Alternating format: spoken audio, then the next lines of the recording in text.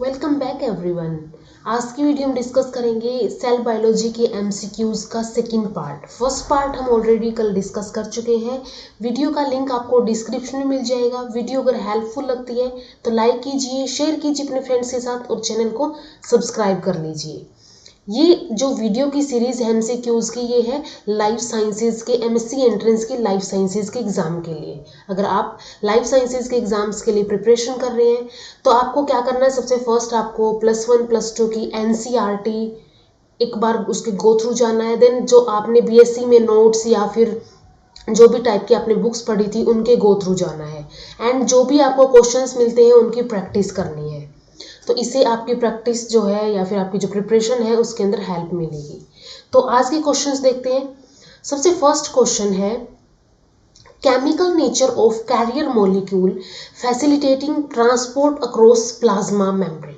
ठीक है, जो कैरियर मॉलिक्यूल्स होते हैं, ठीक है, प्लाज्मा मेम्ब्रेन या फिर हमने सेल बायोलॉजी के रिवीजन भी डिस्कस कर लिए, डिटेल में भी डिस्कस कर लिया है।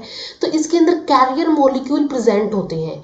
तो ये जो कैरियर मॉलिक्यूल्स की केमिकल नेचर है ये फैसिलिटेट करती है ट्रांसपोर्ट अक्रॉस प्लाज्मा मेम्ब्रेन। ठीक है, ट्रांसपोर्ट करती है, ट्रांसपोर्टेंट जो भी होते हैं उनका ट्रांसपोर्ट करती है। तो ये जो नेचर होती है कैरियर मॉलिक्यूल्स की वो कैसी होती है, केमिकल नेचर कैसी होती है, ये स्टार्ची होती है। स्टार्ची का मीनिंग ये कार्बोहाइड्रेट्स इन नेचर होता है। प्रोटोनियस होती है, शुगरी होती है, शुगरी का मीनिंग सेम हो गया, कार्बोहाइड्रेट्स इन नेचर, या फिर फैटी एसिड्स यानी लिपिड्स की बनी होती है। तो ये जो कैरियर मॉलिक्यूल्स, यहाँ पे प्लाज्मा मेम्ब्रेन की बात नहीं हो रही है, प्लाज्मा मेम्ब्रेन के अंदर जो कैरियर मॉलिक्यूल्स हैं उनकी नेचर की बात हो रही है। ठीक है, तो ये जो कैरियर मॉलिक्यूल्स हैं ये होते हैं प्रोटीन्स के बने हुए। तो ये कैसे होंगे, प्रोटीनियस मॉलिक्यूल्स होंगे। ठीक है, प्रोटीनियस मॉलिक्यूल होंगे। तो इसका राइट आंसर आ जाएगा यहाँ पे बी। नेक्स्ट क्वेश्चन है, the main function of the cell membrane. Cell membrane का मेन फंक्शन क्या होता है? सेल मेम्ब्रेन का मतलब है यहाँ पे प्लाज्मा मेम्ब्रेन। तो प्लाज्मा मेम्ब्रेन का मेन फंक्शन क्या होगा? Maintain the cell shape and size, regulate the flow of material into and outside the cell, या फिर कंट्रोल ऑल सेलुलर एक्टिविटीज, या फिर स्टोर सेल मटेरियल। तो फंक्शन क्या होगा सेल मेम्ब्रेन का?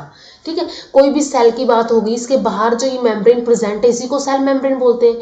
तो इस सेल मेम्ब्रेन का फंक्शन होता है कोई भी चीज, ठीक है, कोई भी चीज हो गई यहाँ पे उसको रेगुलेट करना है कि वो अंदर कब आएगी और बाहर कब जाएगी। ठीक है, इसको इन एंड आउट की रेगुलेशन करना।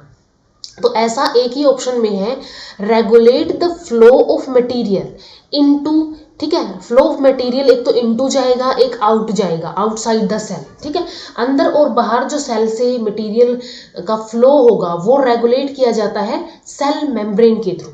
तो इसका राइट आंसर हो जाएगा यहाँ पे बी। नेक्स्ट क्वेश्चन है, a prokaryotic cell doesn't possesses.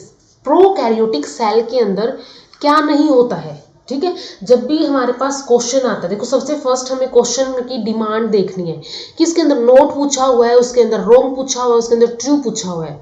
अगर नोट है, ट्रू है, रोंग है तो उसको सबसे पहले हम हाईलाइट कर लेंगे ताकि हमें इसको ध्यान में रख के ही आंसर्स को देखना है, इन ऑप्शंस को देखना है। तो डजंट पूछा यहाँ पे, नहीं होती। ठीक है, प्रोकैरियोटिक सेल क्या नहीं पोजेस करती है? Nuclear membrane, plasma membrane, cell wall, या फिर बोथ ए एंड बी, यानी कि nuclear membrane and plasma membrane दोनों ही। तो प्रोकैरियोटिक सेल के अंदर जैसे कि बैक्टीरिया की सेल हो गई, ठीक है, फॉर एग्जांपल बैक्टीरिया की सेल हो गई, तो उस प्रोकैरियोटिक सेल के अंदर क्या प्रेजेंट नहीं होता है? उसके अंदर एक मेम्ब्रेन प्रेजेंट होती है, उसके अंदर एक सेल वॉल प्रेजेंट होती है, एंड इसके अलावा न्यूक्लियर मेम्ब्रेन, न्यूक्लियर मेम्ब्रेन ये हम कल के क्वेश्चंस में भी डिस्कस कर चुके हैं, इससे पहले भी डिस्कस किया है कि जो प्रोकैरियोटिक एंड यूकैरियोटिक का जो क्लासिफिकेशन है वो इसी बेसिस पे है कि उनके अंदर एक ट्रू न्यूक्लियस प्रेजेंट है या नहीं है।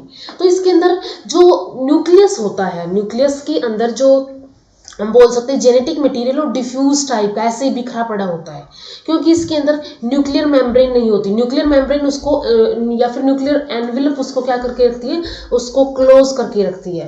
तो यहाँ पे न्यूक्लियर मेम्ब्रेन जो है नहीं होती है। तो इस क्वेश्चन के लिए राइट आंसर यहाँ पे हो जाएगा ए। नेक्स्ट क्वेश्चन है, the differentiation of fluid mosaic model, ठीक है, फ्लूइड मोज़ेक मॉडल हमने डिस्कस कर लिया है, रॉबर्टसन मॉडल हमने डिस्कस कर लिया है। तो इनके बीच में डिफ्रेंसिएशन क्या होती है तो दोनों के दोनों मॉडल ही प्लाज्मा मेम्ब्रेन के लिए, लेकिन इनके अंदर डिफ्रेंसिएशन क्या होती है कि lipid molecule arrangement, protein molecule arrangement, या फिर नंबर ऑफ लिपिड लेयर्स, या फिर all of about.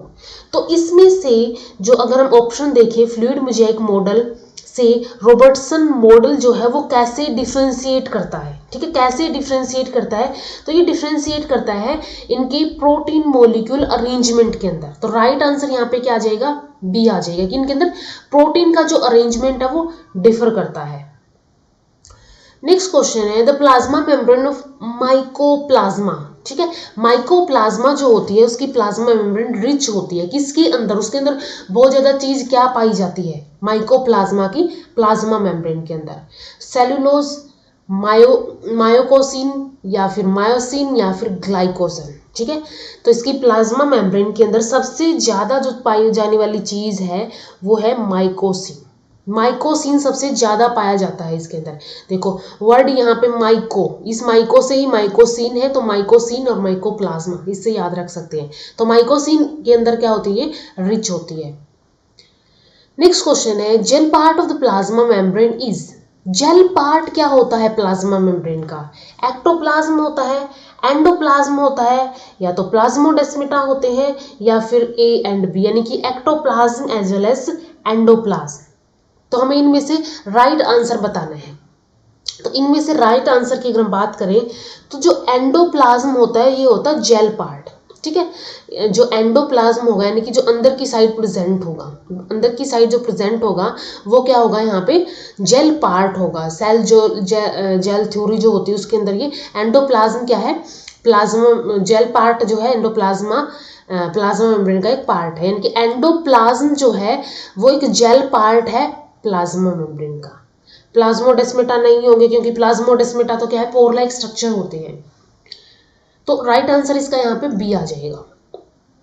Next question है करेक्ट सीक्वेंस ऑफ प्रोटीन यानी कि P and lipid L in cell membrane as per lamellar model. Lamellar model के according पूछा है इसके अंदर कि जो प्लाज्मा मेम्ब्रेन एंड लिपिड्स का करेक्ट सीक्वेंस है वो कैसे होगा, ठीक है। ऐसे लेयर्स प्रेजेंट होती है, तो इसमें से कौन सी यहाँ पे प्लाज्मा प्रोटीन की बनी हुई है, कौन सी लिपिड की बनी हुई है, ये बहुत इंपॉर्टेंट क्वेश्चन है। तो इसकी अरेंजमेंट को अगर हम देखें, देखो सबसे फर्स्ट है यहाँ पे कि पहले लिपिड की बनी हुई है, फिर प्रोटीन की बनी हुई है, फिर लिपिड की बनी हुई है, प्रोटीन की बनी हुई है। नेक्स्ट है यहाँ पे प्रोटीन की, लिपिड की देन प्रोटीन की, एंड नेक्स्ट है लिपिड की, protein and lipid, and last one is the protein and then lipid. तो हमें बताना इनमें से करेक्ट सीक्वेंस कौन सा होगा। तो करेक्ट सीक्वेंस की अगर हम बात करें जो ट्राइलेमिलर मॉडल है उसके अंदर हम डिस्कस भी कर चुके हैं कि जो बाहर प्रोटीन्स प्रेजेंट होते हैं एंड अंदर लेयर प्रेजेंट होती है लिपिड बाई लेयर, ठीक है, अंदर लिपिड बाई लेयर प्रेजेंट होती है। तो बाहर की तरफ क्या होगी, ऐसे प्लाज्मा मेम्ब्रेन प्रेजेंट होगी एंड अंदर की तरफ ऐसे लिपिड्स की बाई लेयर प्रेजेंट होती है। तो राइट आंसर इसका क्या आ जाएगा, लिपिड प्रोटीन लिपिड प्रोटीन, ठीक है, प्रोटीन लिपिड प्रोटीन, यानी कि ये वाला आंसर इसका क्या आ जाएगा, राइट आ जाएगा। जो आंसर बी है वो क्या आ जाएगा, यहाँ पे राइट हो जाएगा। नेक्स्ट क्वेश्चन है थिकनेस ऑफ बायोमेम्ब्रेन इज, जो बायोमेम्ब्रेन है जो हमने अलग अलग स्ट्रक्चरल मॉडल डिस्कस किए हैं उसके अंदर जो ये बायोमेम्ब्रेन होती है, प्लाज्मा मेम्ब्रेन होती है, उसकी थिकनेस कितनी होती है। अब अगर हम इन सारे ऑप्शंस के अंदर देखें ये सारे एक ही चीज को रिप्रेजेंट कर रहे हैं, ठीक है, यानी कि इनके अंदर ये जो यूनिट्स हैं वो अलग है, बाकी क्या है, बाकी इनके अंदर सेम है, इसकी थिकनेस सेम दी हुई है। तो इसका आंसर आ जाएगा ऑल ऑफ अबाउट, यानी कि सारे की सारी जो अलग अलग यूनिट्स के अंदर थिकनेस दी हुई है वो क्या है, करेक्ट है यहाँ पे। तो अगर ये भी आंसर आ सकता है, हमें देखनी है ये यूनिट, ठीक है, यूनिट देखनी है हमें, तो यूनिट के बेस पे हम बता सकते हैं कि इसका राइट आंसर कौन सा है। अगर यहाँ पे और कोई यूनिट दी होती तो हम बता सकते थे कि जैसे कि हमने ये डिस्कस किया है कि ये इतनी होती है, तो इसका राइट आंसर यहाँ पे डी हो जाएगी। सारी की सारी थिकनेस ये अलग अलग यूनिट्स के अंदर रिप्रेजेंट की हुई है। नेक्स्ट क्वेश्चन है a barrier between protoplasm and outer environment is, कोई एक बैरियर होता है प्रोटोप्लाज्म एंड आउटर एनवायरनमेंट के बीच में, वो क्या होता है? प्रोटोप्लाज्म क्या होता है? ये जो कोई भी सेल हो गई, ठीक है, इसको एक मेम्ब्रेन है, एक प्लाज्मा मेम्ब्रेन एनवेलप करती है और इसके अंदर जो प्रेजेंट होता है उसको प्रोटोप्लाज्म बोलते हैं, ठीक है। तो ये जो प्रोटोप्लाज्म है एंड यहाँ पे ये एनवायरनमेंट है, इसको सेपरेट कौन कर रहा है? सेल वॉल कर रही है, सेल मेम्ब्रेन कर रही है, टोनोप्लास्ट करती है, या फिर साइटोप्लाज्म करता है? तो इसको कौन सी चीज है जो इसको अलग करती है? तो सबसे पहले जो प्रेजेंट होती है मेम्ब्रेन, यानी कि प्लाज्मा मेम्ब्रेन या फिर सेल मेम्ब्रेन, यही क्या करती है? इसको सेपरेट करती है। सेल मेम्ब्रेन क्या करती है? सेपरेट करती है प्रोटोप्लाज्म एंड आउटर एनवायरनमेंट के बीच में एक बैरियर प्रेजेंट होती है। तो राइट आंसर इसका आ जाएगा बी। नेक्स्ट क्वेश्चन है, fluid mosaic model was proposed by, ठीक है, सबसे फेमस मॉडल है, सबसे मोस्ट एक्सेप्टेड मॉडल है fluid mosaic model plasma membrane का। तो ये जो फ्लूइड मोज़ेक मॉडल है ये किसने दिया था? ये डैनियली ने दिया था, रॉबर्टसन ने दिया था, सिंगर और निकोलसन ने दिया था, या फिर डेविसन ने दिया था?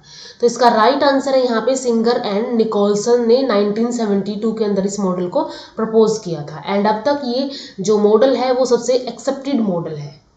राइट आंसर यहाँ पे सी हो जाएगा। नेक्स्ट क्वेश्चन है, the average thickness of plasma membrane of unit membrane model is, average thickness कितनी थी यूनिट मेम्ब्रेन मॉडल की? यानी यूनिट मेम्ब्रेन मॉडल जो था उसके अंदर जो प्लाज्मा मेम्ब्रेन थी उसके अंदर उसकी एवरेज थिकनेस कितनी थी? 6.5 थी, 7 नैनोमीटर थी, या फिर 7.5 नैनोमीटर थी, या फिर 8 नैनोमीटर थी? तो इसमें से वो थिकनेस थी 7.5 नैनोमीटर। ये सारी जो भी हम क्वेश्चंस डिस्कस कर रहे हैं इसकी थ्योरी हम ऑलरेडी डिस्कस कर चुके हैं, जो हमने सेल बायोलॉजी का रिवीजन किया दो पार्ट्स के अंदर, पार्ट 1 एंड पार्ट 2। एंड इसके अलावा अगर आप चैनल को विजिट करोगे तो वहाँ पे अलग से एक सेल बायोलॉजी के नाम से प्लेलिस्ट है, डिस्क्रिप्शन में भी मैं आपको लिंक प्रोवाइड करवा दूंगी। तो उसके अंदर क्या है, सारे की सारी हमने जो सेल बायोलॉजी है वो डिस्कस की हुई है डिटेल में। तो वहाँ से भी आप देख सकते हैं, रिवाइज कर सकते हैं, या फिर जो रिवीजन वाली वीडियोस है वहाँ से रिवाइज कर सकते हैं, देन इन क्वेश्चंस को सोल्व कर सकते हैं। तो इसमें आपको बहुत हेल्प मिलेंगी। तो इसका राइट आंसर यहाँ पे हो जाएगा 7.5 नैनोमीटर। नेक्स्ट क्वेश्चन देखते हैं, the most abundant lipid in the plasma membrane is, ठीक है, मोस्ट अबंडेंट लिपिड पूछा है। हमें पता है कि लिपिड्स भी प्रेजेंट होते हैं, प्रोटीन्स भी प्रेजेंट होते हैं, तो सबसे ज्यादा अमाउंट में लिपिड कौन सा होता है? अब लिपिड भी कौन से होते हैं? ग्लाइकोलिपिड हो गया, लिपोप्रोटीन हो गया, फॉस्फोलिपिड हो गया, या फिर कोलेस्ट्रॉल हो गया। तो इनमें से हमें बताना है कि कौन सा ऐसा लिपिड है जो सबसे ज्यादा अबंडेंट या फिर सबसे ज्यादा मात्रा में प्रेजेंट होता है।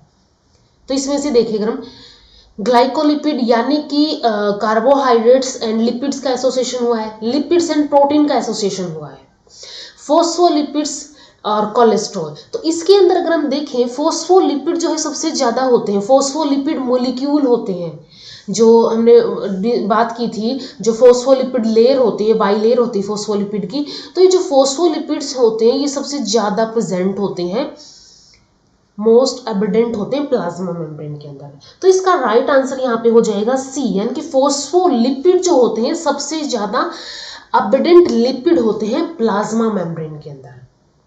नेक्स्ट क्वेश्चन देखते हैं, fluidity of plasma membrane is due to, ये भी इंपॉर्टेंट क्वेश्चन है, फ्लूइडिटी किसकी वजह से होती है प्लाज्मा मेम्ब्रेन की? अब हमें पता है प्लाज्मा मेम्ब्रेन कोई स्टैटिक स्ट्रक्चर नहीं है, वो एक डायनेमिक स्ट्रक्चर है, उसके अंदर जो है वो एक स्टेबल स्ट्रक्चर नहीं है, ठीक है, वो क्या है, डायनेमिक है। तो इसके अंदर जो फ्लूइडिटी, ये जो डायनेमिक स्ट्रक्चर है वो फ्लूइडिटी की वजह से है, ठीक है। फ्लूइडिटी किसकी वजह से होती है? अब हमें क्वेश्चन पूछा है कि फ्लूइडिटी किसकी वजह से होती है, ठीक है, फ्लूइडिटी किसकी वजह से होती है?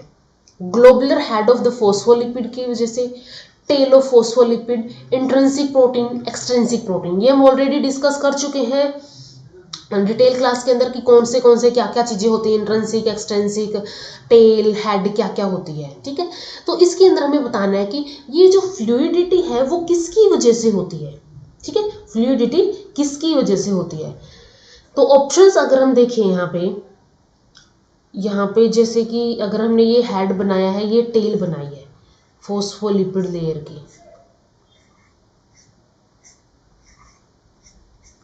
एंड एक साइड इधर प्रेजेंट होगी क्योंकि ये बाई लेयर होती है, एंड इसके ऊपर कहीं कहीं यहाँ पे प्रोटीन्स प्रेजेंट होंगे, कोई यहाँ पे प्रेजेंट होगा, ठीक है, कोई यहाँ पे प्रेजेंट होगा। तो इसके अंदर अगर हम देखें, इसमें ग्लोबुलर जो ये हेड होते हैं इनकी वजह से, या ये टेल होती है इसकी वजह से, या फिर जो इंट्रिंसिक प्रोटीन होती है इनकी वजह से, या तो ये एक्सट्रिंसिक प्रोटीन होती है इनकी वजह से, तो किसकी वजह से इसकी फ्लूइडिटी होती है? तो ये जो टेल होती है, ठीक है, ये जो टेल होती है, इस टेल की वजह से, फोस्फोलिपिड की टेल की वजह से प्लाज्मा मेम्ब्रेन के अंदर फ्लूइडिटी प्रेजेंट होती है, ठीक है। तो राइट आंसर यहाँ पे क्या आ जाएगा? बी आ जाएगा कि फ्लूइडिटी किसकी वजह से होती है? टेल ऑफ द फोस्फोलिपिड की वजह से। नेक्स्ट क्वेश्चन है, बायोमेम्ब्रेन्स आर परमेबल टू। ये जो बायोमेम्ब्रेन्स है, प्लाज्मा मेम्ब्रेन है, ये किसके लिए परमेबल होती है? Some substances to different degrees, impermeable to सब सब्सटेंसेस, या फिर परमेबल टू कैरियर प्रोटीन्स, या फिर ऑल ऑफ अबाउ। तो किसके लिए ये परमेबल होती है? ठीक है, जो बायोमेम्ब्रेन है वो किसके लिए परमेबल होती है? देखो, सब सब्सटेंसेस टू डिफरेंट डिग्रीज, ठीक बात है ये भी, ठीक है। कुछ सब्सटेंसेस डिफरेंट डिग्रीज के ऊपर, अगर यानी कि कोई छोटा है कोई बड़ा है, उनके साइज अलग अलग है, तो डिफरेंट डिग्रीज के ऊपर वो अलाउ करती है बायोमेम्ब्रेन। इनपरमेबल टू सब सब्सटेंसेस, क्योंकि जो ये मेम्ब्रेन होते हैं वो होती है सेमी परमेबल, सेमी परमेबल, यानी कि सेलेक्टिव सेमी परमेबल होती है। ये सेलेक्टिव मॉलिक्यूल्स को ही परमिट करेगी। तो इनपरमेबल होती है कुछ सब्सटेंसेस के लिए। परमेबल टू कैरियर प्रोटीन, ये भी ठीक है। तो इसका राइट आंसर ये आ जाएगा ऑल ऑफ अबाउ, ठीक है, सारे के सारे की चीजों के लिए परमेबल होती है। नेक्स्ट क्वेश्चन है, the integral proteins of plasma membrane are. ये जो इंटीग्रल प्रोटीन होते हैं प्लाज्मा मेम्ब्रेन के, ये क्या होते हैं? इंटीग्रल प्रोटीन हमें पता है, जो फोस्फोलिपिड मॉलिक्यूल्स हैं, लाइक यहाँ पे मॉलिक्यूल प्रेजेंट है, इंटीग्रल प्रोटीन। इंट्रिंसिक प्रोटीन जिसको हम बोलते हैं उनको इंटीग्रल प्रोटीन बोलते हैं। तो ये जो इंटीग्रल प्रोटीन होते हैं सुपरफिशियली अटैच्ड, या तो ये सुपरफिशियली अटैच्ड होते हैं, या तो embedded in the lipid layer, कि लिपिड की जो लेयर है उसके अंदर एम्बेडेड होते हैं। सुपरफिशियली का मीनिंग है ये यहाँ पे अटैच हो, ऊपर की तरफ अटैच हो, एम्बेडेड हो लिपिड लेयर के अंदर। ये मॉलिक्यूल्स हो गए यहाँ पे, ठीक है। तो कुछ जो लिपिड जो कुछ प्रोटीन्स होते हैं वो ऐसे एम्बेडेड होते हैं, ठीक है, ऐसे इंटीग्रल प्रोटीन जो होते हैं वो ऐसे एम्बेडेड होते हैं इसके अंदर, ठीक है। तो embedded in the lipid layer, embedded in the inner most layer of the two phospholipid layer, या फिर embedded in the peripheral layer. Peripheral layer भी क्या उनसे होगी? बाहर वाली लेयर हो गई। तो ये कहाँ पे होते हैं? तो ये सुपरफिशियली अटैच तो नहीं होते हैं, एम्बेडेड होते हैं लिपिड, क्योंकि इंटीग्रल की बात हो रही है, यानी कि अंदर प्रेजेंट है, अंदर तो एम्बेडेड हो सकते हैं, ठीक है। पेरिफेरल लेयर के अंदर एम्बेडेड नहीं होंगे, क्योंकि पेरिफेरल लेयर तो बाहर वाली होती है। Inner most layer between two phospholipid layer, ठीक है, दो फोस्फोलिपिड लेयर के बीच में, यहाँ की बात हो रही है, इन लेयर्स के बीच में, यहाँ पे तो होते ही नहीं है।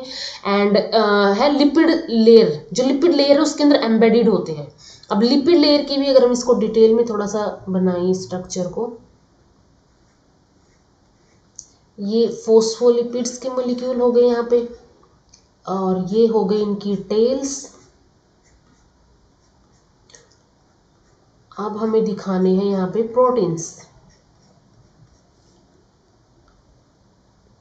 तो प्रोटीन्स की अगर हम बात करें, यहाँ पे लाइक प्रोटीन प्रेजेंट है, यहाँ पे प्रोटीन प्रेजेंट है, यहाँ पे प्रोटीन प्रेजेंट है, एंड कुछ ऐसे टाइप के प्रोटीन है जो यहाँ पे प्रेजेंट है, ठीक है। तो ये अलग अलग टाइप के प्रोटीन्स प्रेजेंट है। तो ये होगा। तो यहाँ पे अगर हम देखें, ये जो फोस्फोलिपिड है लेयर है, तो फोस्फोलिपिड बाई लेयर में एक लेयर ये प्रेजेंट है कि ये लेयर प्रेजेंट है। तो ये इस लेयर की, ऐसा तो नहीं है कि इन लेयर के बीच में एम्बेडेड है, इन लेयर्स के इनर मोस्ट लेयर के बिटवीन में एम्बेडेड है। तो यहाँ पे तो एम्बेडेड नहीं है, ये एम्बेडेड है यहाँ पे, embedded in the lipid layer, lipid layer के अंदर एम्बेडेड है ये। तो राइट आंसर इसका हो जाएगा बी। जो इंटीग्रल प्रोटीन्स है, जो इंट्रिंसिक प्रोटीन्स है, वो एम्बेडेड होते हैं लिपिड लेयर के अंदर। नेक्स्ट क्वेश्चन है, the most acceptable model of plasma membrane. सबसे ज्यादा एक्सेप्टेबल मॉडल अभी हमने डिस्कस किया था, unit membrane model, sandwich model, fluid mosaic model, या फिर नन ऑफ अबाउ। तो इनमें से सबसे एक्सेप्टेड मॉडल जो है ये है फ्लूइड मोज़ेक मॉडल, जो कि सेंगर एंड निकोलसन ने 1972 के अंदर दिया था, तो राइट आंसर इसका हो जाएगा सी। नेक्स्ट क्वेश्चन है which of the following organelle is not membrane bound. कौन सा ऑर्गेनल मेम्ब्रेन बाउंड नहीं होता है, ठीक है, उसके ऊपर मेम्ब्रेन प्रेजेंट नहीं होती है। सेंट्रियोल, न्यूक्लियोलस, राइबोसोम या फिर ऑल ऑफ अबाउट। तो इनमें से अगर हम देखें, सेंट्रियोल भी ऐसे साइटोप्लाज्म के अंदर प्रेजेंट होते हैं, न्यूक्लियोलस जो है न्यूक्लियस के अंदर प्रेजेंट होता है, राइबोसोम जो है वो मेम्ब्रेन वो एंडोप्लाज्मिक रेटिकुलम से बाउंड भी हो सकते हैं, या तो वो क्या हो सकते हैं ऐसे ही स्कैटर्ड प्रेजेंट होते हैं, तो ये नेक्ड होते हैं। और इसके अलावा ऑल ऑफ अबाउट, तो इसमें सारे के सारे स्ट्रक्चर ऐसे हैं जो कि मेम्ब्रेन बाउंड नहीं होते। नोट पूछा है यहाँ पे, नोट मेम्ब्रेन बाउंड। तो इनमें से सेंट्रियोल, न्यूक्लियोलस और राइबोसोम, इनमें से कोई भी स्ट्रक्चर ऐसा नहीं होता है जो कि मेम्ब्रेन बाउंड होता है, ठीक है, इनके ऊपर मेम्ब्रेन नहीं होगी, तो ये मेम्ब्रेन बाउंड स्ट्रक्चर नहीं होते हैं। तो राइट आंसर इसका डी आ जाएगा। नेक्स्ट क्वेश्चन है fluid mosaic model is similar to Robertson model in, ठीक है, रॉबर्टसन मॉडल के अंदर ये क्या सिमिलरिटी शो करता है, ठीक है, इन दोनों मॉडल्स के बीच में क्या सिमिलरिटी है, लिपिड अरेंजमेंट की, प्रोटीन अरेंजमेंट की, नंबर ऑफ प्रोटीन लेयर्स की, या फिर प्रेजेंस ऑफ ग्लाइकोप्रोटीन की। अभी हमने डिस्कस किया था कि इनके अंदर प्रोटीन का अरेंजमेंट है वो डिफर होता है, ठीक है, fluid mosaic model and Robertson model के बीच में जो प्रोटीन का अरेंजमेंट है वो अलग होता है। तो यहाँ पे पूछा है कि सिमिलर क्या होता है, सिमिलर भी प्रोटीन का अरेंजमेंट ही होता है, ठीक है, दोनों मॉडल्स के अंदर जो अरेंजमेंट है वो भी क्या होता है, प्रोटीन का अरेंजमेंट क्या है, सिमिलर होता है। तो राइट आंसर इसका आ जाएगा बी। नेक्स्ट क्वेश्चन है gel part and sol part of plasma membrane are, ठीक है, अभी हमने देखा था कि जेल पार्ट क्या होता है प्लाज्मा मेम्ब्रेन का, ठीक है, जेल पार्ट अभी हमने देखा था कि प्लाज्मा मेम्ब्रेन का जेल पार्ट क्या होता है, एंडोप्लाज्म होता है, एंडोप्लाज्म। अब ये पूछा है कि सोल पार्ट क्या होता है, gel part and sol part क्या होते हैं प्लाज्मा मेम्ब्रेन की। अब हमें पता है एंडोप्लाज्म, ये राइट आंसर है, तो सेकंड पार्ट क्या हो जाएगा, एक्टोप्लाज्म हो जाएगा, सेकंड पार्ट यहाँ पे एक्टोप्लाज्म हो जाएगा। एंड इसके अलावा अगर और ऑप्शंस को देखें हम, लाइक एक्टोप्लाज्म, क्योंकि जेल पार्ट पहले पूछा है, endoplasm, plasma lemma, plasma membrane होगी, it doesn't show any gel and sol composition, कि ये कोई भी जेल सोल कंपोजिशन शो नहीं करता है। तो इसमें राइट आंसर अगर हम देखें तो फर्स्ट ही यहाँ पे राइट आंसर हो जाएगा, जेल पार्ट एंडोप्लाज्म को बोलते हैं, सोल पार्ट एक्टोप्लाज्म को बोलते हैं। तो A is the right answer. Next question है cell membrane is visible under, ये भी इंपॉर्टेंट क्वेश्चन है कि सेल मेम्ब्रेन किसके अंडर हम विजिबल कर सकते हैं, इलेक्ट्रॉन माइक्रोस्कोप के अंदर, लाइट माइक्रोस्कोप के अंदर, यूवी माइक्रोस्कोप या फिर इंटरफेरेंस माइक्रोस्कोप। तो इसमें से हम जो सेल मेम्ब्रेन है उनको विजिबल कर सकते हैं इलेक्ट्रॉन माइक्रोस्कोप के अंदर, ठीक है, इलेक्ट्रॉन माइक्रोस्कोप के अंदर हम इनको विजिबल कर सकते हैं। तो राइट आंसर यहाँ पे ए हो जाएगा। Who proposed the lamellar model of biomembrane? बायोमेम्ब्रेन्स का लेमिलर मॉडल किसने प्रपोज किया था, डेनिली और डेवसन ने, रॉबर्टसन ने, सिंगर निकोलसन ने, या फिर हॉफमैन ने। तो सिंगर निकोलसन तो बाद में आया, क्योंकि उसने जो मॉडल दिया है वो अब तक उसको मतलब कि एक तरह से वो एक्सेप्टेड मॉडल है।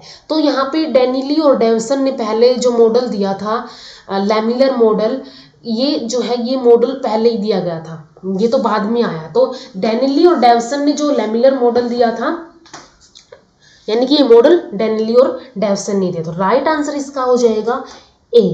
नेक्स्ट क्वेश्चन है the term cell membrane was coined by, ये जो टर्म है सेल मेम्ब्रेन किसने कॉइन की थी, ठीक है, सेल मेम्ब्रेन टर्म किसने कॉइन की थी, किसने खोजी थी, फ्लोवे ने, डैनियल और डेवसन ने, नेजेली और क्रैमर ने, या फिर रॉबर्टसन ने। तो इसमें से अगर हम देखें, इसमें से जो ये टर्म है ये दी थी नेजेली और क्रैमर ने, ठीक है, तो सी इसका राइट आंसर हो जाएगा। ये एक मेमोरी बेस्ड क्वेश्चन है कि अगर आपको पता है तो ही बता सकते हो, अदरवाइज तुक्का मार सकते हो, वो राइट भी हो सकता है, वो रॉन्ग भी हो सकता है।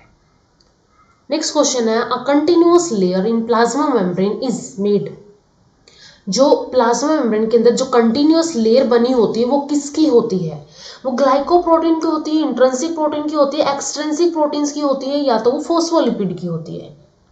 तो वो किसकी बनी होती है, तो हमने कई बार डिस्कस कर लिया है प्लाज्मा मेम्ब्रेन का स्ट्रक्चर। इसके अंदर ये जो लेयर होती है ये क्या होती है, कंटिन्यूअस होती है। ये लिपिड बाइलेयर जो होती है और ये बनी होती है फोस्फोलिपिड्स की। प्रोटीन्स इसके अंदर कहीं कहीं एम्बेडेड होते हैं, कहीं कहीं प्रेजेंट होते हैं। तो इसके अंदर ये जो लेयर होती है वो कंटिन्यूअस होती है। तो फॉस्फोलिपिड मॉलिक्यूल्स की जो लेयर होती है प्लाज्मा मेम्ब्रेन के अंदर वो कंटिन्यूअस प्रेजेंट होती है। ठीक है, ये कैसी होती है, कंटिन्यूअस प्रेजेंट होती है। लाइक प्रोटीन्स कहीं कहीं प्रेजेंट है, कार्बोहाइड्रेट कहीं कहीं स्कैटर्ड हो गए। प्रोटीन इसलिए इसको प्रोटीन आइसबर्ग्स भी बोला जाता है।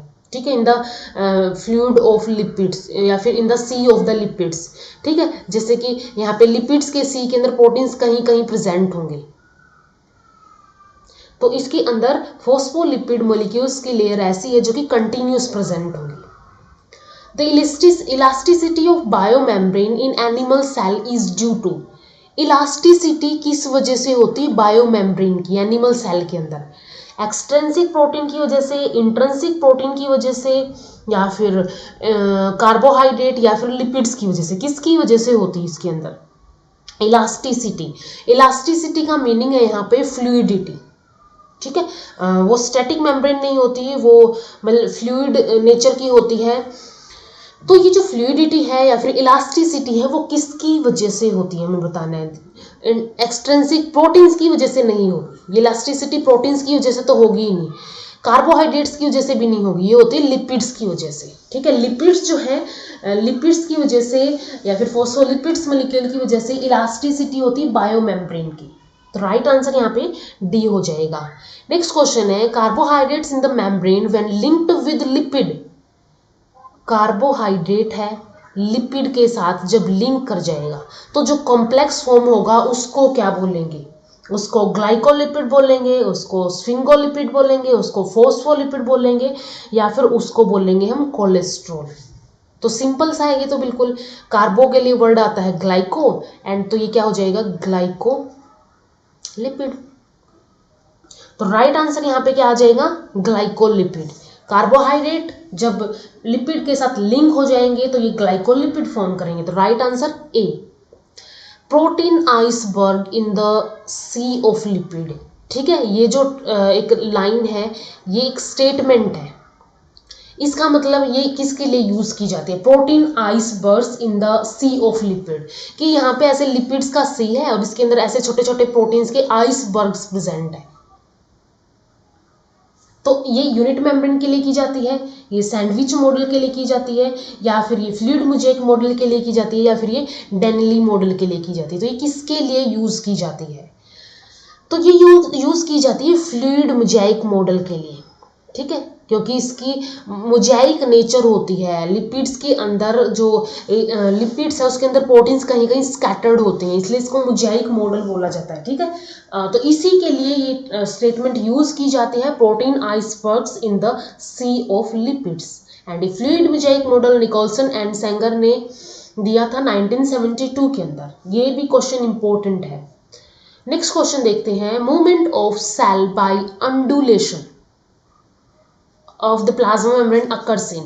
अंडुलेशंस होते हैं प्लाज्मा मेम्ब्रेन की, तो वो जो अंडुलेशंस है, जो मूवमेंट है सेल की अंडुलेशंस के, वो किसके अंदर होती है, वो WBCs के अंदर होती है, या फिर वो RBCs के अंदर होती है, वो अमीबा के अंदर होती है, या तो वो फाइब्रोब्लास्ट के अंदर होती है। तो ऐसी टाइप की जो मूवमेंट है ये प्रेजेंट होती है फाइब्रोब्लास्ट के अंदर। ठीक है, फाइब्रोब्लास्ट की हेल्प से ऐसी टाइप की मूवमेंट देखने को मिलती है, अंडुलेशंस। नेक्स्ट क्वेश्चन है, channelling of molecules in plasma membrane is carried out by. जो मॉलिक्यूल्स की चैनलिंग है, यानी कि मॉलिक्यूल्स जो है वो पास हो रहे हैं, तो ये जो मॉलिक्यूल्स है प्लाज्मा मेम्ब्रेन के जो ये पास होते हैं वो किसके थ्रू कैरिड आउट किए जाते हैं, ग्लाइकोलिपिड के थ्रू, प्रोटीन्स के थ्रू, फॉस्फोलिपिड्स के थ्रू, या फिर कार्बोहाइड्रेट्स के थ्रू। तो ये किसके थ्रू यहाँ पे किए जाते हैं, कैरी किए जाते हैं। देखो कैरी से हम यहाँ पे और चैनल भी बन रहा है साथ में, तो यहाँ पे हिंट हो गया, कैरी कर रहे हैं, चैनल बन रहा है। तो मेम्ब्रेन के अंदर कुछ ऐसे कैरियर मॉलिक्यूल प्रेजेंट होते हैं। ठीक है, इनको क्या बोला जाता है, कैरियर मॉलिक्यूल बोला जाता है। एंड ये कैरियर मॉलिक्यूल बने होते हैं प्रोटीन्स के। तो ये जो चैनलिंग है मॉलिक्यूल्स की प्लाज्मा मेम्ब्रेन के अंदर, वो किसके थ्रू कैरी की जाएगी? ये कैरी की जाएगी प्रोटीन्स के थ्रू, क्योंकि प्रोटीन्स क्या करते हैं? कैरियर मॉलिक्यूल बनाते हैं, एंड ये कैरियर मॉलिक्यूल किसी ऐसे मॉलिक्यूल के साथ बाइंड करके उसका ट्रांसपोर्ट करता है। कोई भी ट्रांसपोर्टेंट है जो कि सीधा पास नहीं हो सकता है प्लाज्मा मेम्ब्रेन से, तो इस कैरियर मॉलिक्यूल के साथ बाइंड करेगा। ये कैरियर मॉलिक्यूल कन्फर्मेशन शो करेगा, एंड देन इसकी कन्फर्मेशन की वजह से ये जो स्ट्रक्चर है यहाँ पे इस साइड आ जाएगा, यानी कि ट्रांसपोर्टेंट इन ट्रांसपोर्ट कर दिया जाएगा। तो राइट आंसर यहाँ पे क्या आ जाएगा? बी। ये भी हम डिटेल में डिस्कस कर चुके हैं। वीडियोस का लिंक या फिर पूरी प्लेलिस्ट का लिंक आपको मिल जाएगा जो डिस्क्रिप्शन है उसके अंदर, और जो आई बटन है उसके अंदर मिल जाएगा। ठीक है, यहाँ पे जो आई बटन आता है उसके अंदर मिल जाएगा। ठीक है, तो वहां से आप वीडियोस देख सकते हैं। वीडियो अगर हेल्पफुल लगती है तो लाइक करना, शेयर करना अपने फ्रेंड्स के साथ जो इस टाइप की प्रिपरेशन कर रहे हैं, एंड चैनल को सब्सक्राइब कर लेना ताकि आपको और ज़्यादा वीडियो मिलती रहे। एंड तो इस वीडियो में हम इतने ही क्वेश्चन डिस्कस करेंगे। नेक्स्ट वीडियो में कुछ और टाइप के क्वेश्चंस डिस्कस करेंगे। एंड अगर हम देखें पार्ट 1 के अंदर हमने सिर्फ बेसिक क्वेश्चन सोल्व किए थे। अब थोड़ा सा लेवल जो है पार्ट 2 के अंदर थोड़ा सा मतलब और अच्छे क्वेश्चंस आए हैं। पार्ट 3 के अंदर हम और ज़्यादा थोड़े से हार्ड क्वेश्चंस डिस्कस करेंगे। तो ये सारे क्वेश्चंस अगर आप प्रैक्टिस करते हो तो आपकी प्रिपरेशन के अंदर हेल्प मिलेगी। एंड आपको करना कैसे है? क्वेश्चन देखा, पॉज किया वीडियो को, और अपने पेपर या फिर नोटबुक में लिख लिया आंसर, एंड फिर उसको मैच करना है।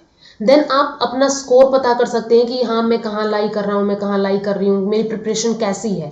एंड उसके अकॉर्डिंग आप जो है अपनी प्रिपरेशन को और ज़्यादा हार्डली या फिर और ज़्यादा डेडिकेशन के साथ कर सकते हो। कोई भी अगर डाउट है तो आप मुझे कमेंट कर सकते हो, या फिर चैनल पे जाके अबाउट सेक्शन में लिंक मिलेंगे, वहाँ पे आप मुझे मैसेज कर सकते हैं।